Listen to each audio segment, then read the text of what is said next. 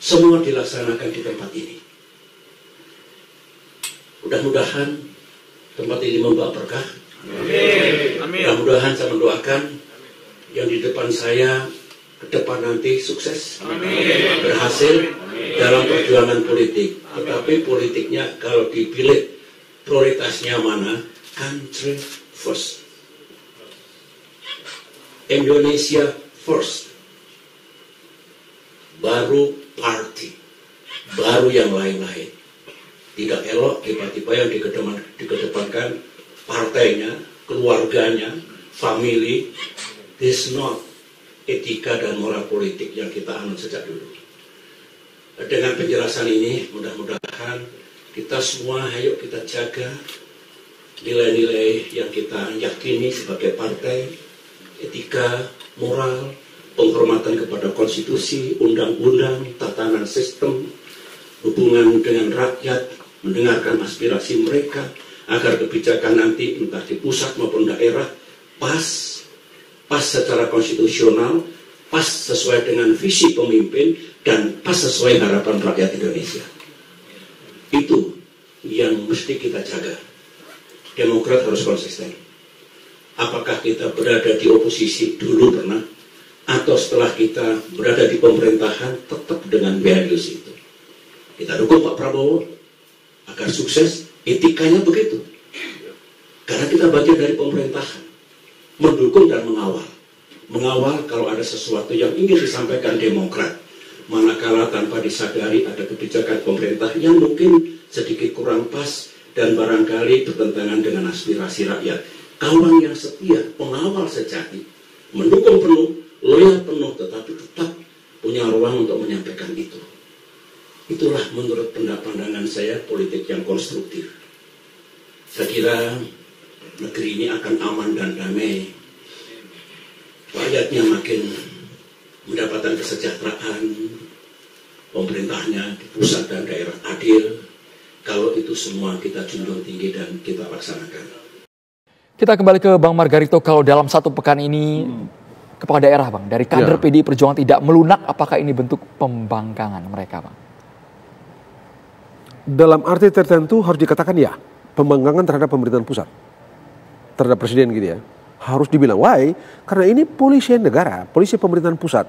Memang ini sesuatu yang tidak diatur di dalam jenis ini, itu tidak diatur dalam tatanan hukum pemerintahan yang ada sekarang ini ya. Khususnya Undang-Undang Nomor 23 Tahun 2004 atau Peraturan Presiden tentang pelantikan itu, saya begini jauh, sekali lagi saya bilang saya tidak menemukan aturan-aturan itu. Tapi dalam manajemen bernegara, berpemerintahan, ada polisi dan itu dibenarkan.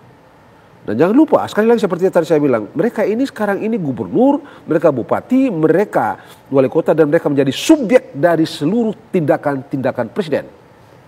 Atau mereka menjadi subjek dari seluruh hukum pemerintahan. Jadi dengan itu mereka tidak punya alasan sebenarnya dari segi hukum ya. Dari segi politik sih saya mengerti ini menarik, asik sekali ini kalau dari segi politik. Cuma saya bukan orang politik dan saya tidak mau bicara itu. Saya hanya ingin mengatakan sekali lagi bahwa dari segi tata negara, sejak mereka dilantik, mereka menjadi subjek dari seluruh hukum pemerintahan. Mereka menjadi subjek atau menjadi sasaran dari seluruh kebijakan-kebijakan presiden untuk mereka di daerah.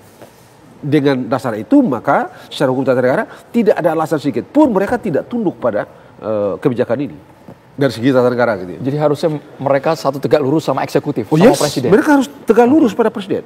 Harus tegak lurus. Jangan lupa, mereka di Undang-Undang Nomor 23 Tahun 2014 misalnya tentang pemerintahan daerah itu, gubernur itu clear disebut sebagai wakil pemerintahan pusat. Wakil pemerintahan pusat yang taruh di daerah, wakil pemerintahan pusat begini. Begitu ya. Jadi itulah maka saya lihat ini ada masalah. Cuma memang harus saya akui sekali lagi seperti yang saya bilang, tidak ada sanksi yang tersedia di dalam undang-undang pemerintahan daerah untuk tindak tanduk seperti ini. Begitu itu ya. Itu yang bisa saya katakan untuk pertanyaan tadi. Yang kami miris juga ini kan belum menjalani roda pemerintahan, Pak. Nah itu dia.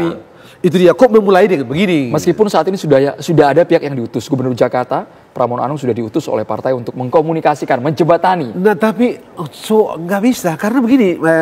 Saya ini orang tata negara ya.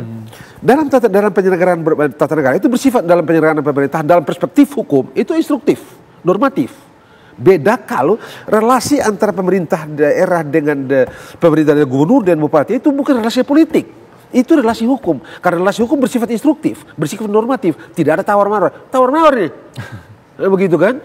Nah saya rasa, tapi saya tidak mau bicara dimensi politiknya atau aspek politiknya. Karena itu bukan bisnis saya gitu ya. Yang mau saya bilang, ini agak sedikit perlu ditandai oleh pemerintah pusat. Dalam hal ini Pak Prabowo gitu ya.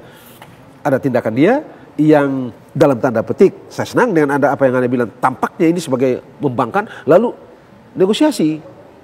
Bagaimana ceritanya kalau semua kebijakan itu atau sebagian besar kebijakan Pak Presiden Prabowo nanti di daerah itu dinegosiasikan? Wah coba balau Pak, ini negara kesatuan. Negara kesatuan itu yang memegang kekuasaan pemerintahan, melaksanakan kekuasaan pemerintahan di negara itulah presiden. Tidak ada yang lain.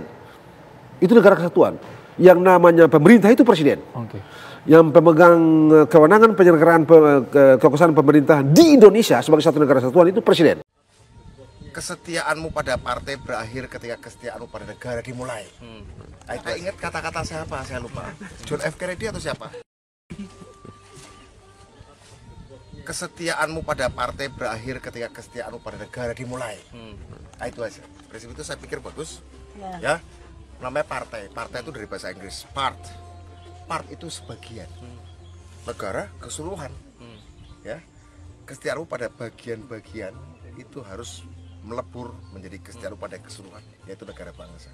Saya kira itu. Saya kira Bung Karno, ingat Bung Karno itu sampai wafatnya itu nggak berpartai. Sampai wafatnya Bung Karno nggak berpartai. Karena apa? Beliau tahu bangsa ini butuh bersatu, sehingga dia melampaui partai-partai. Saya pikir ini yang kurang banyak dicermati kita semua. Bung Karno melampaui kesetiaan pada partai atau pada negara, dan Bung Karno mengajarkan itu. Saya sebagai merasa jadi murid Bung Karno sejak SD, saya setuju dan itu yang harus kita jaga. Ya, itu aja, Mas. Berarti harusnya ikut ya? Apa? Harusnya ikut retret gitu ya? Bupati, wali kota, gubernur, wakil gubernur segala macam adalah dipilih oleh rakyat apapun partainya, dan mungkin banyak nggak berpartai juga yang memilih, dan mereka harus mengabdi itu.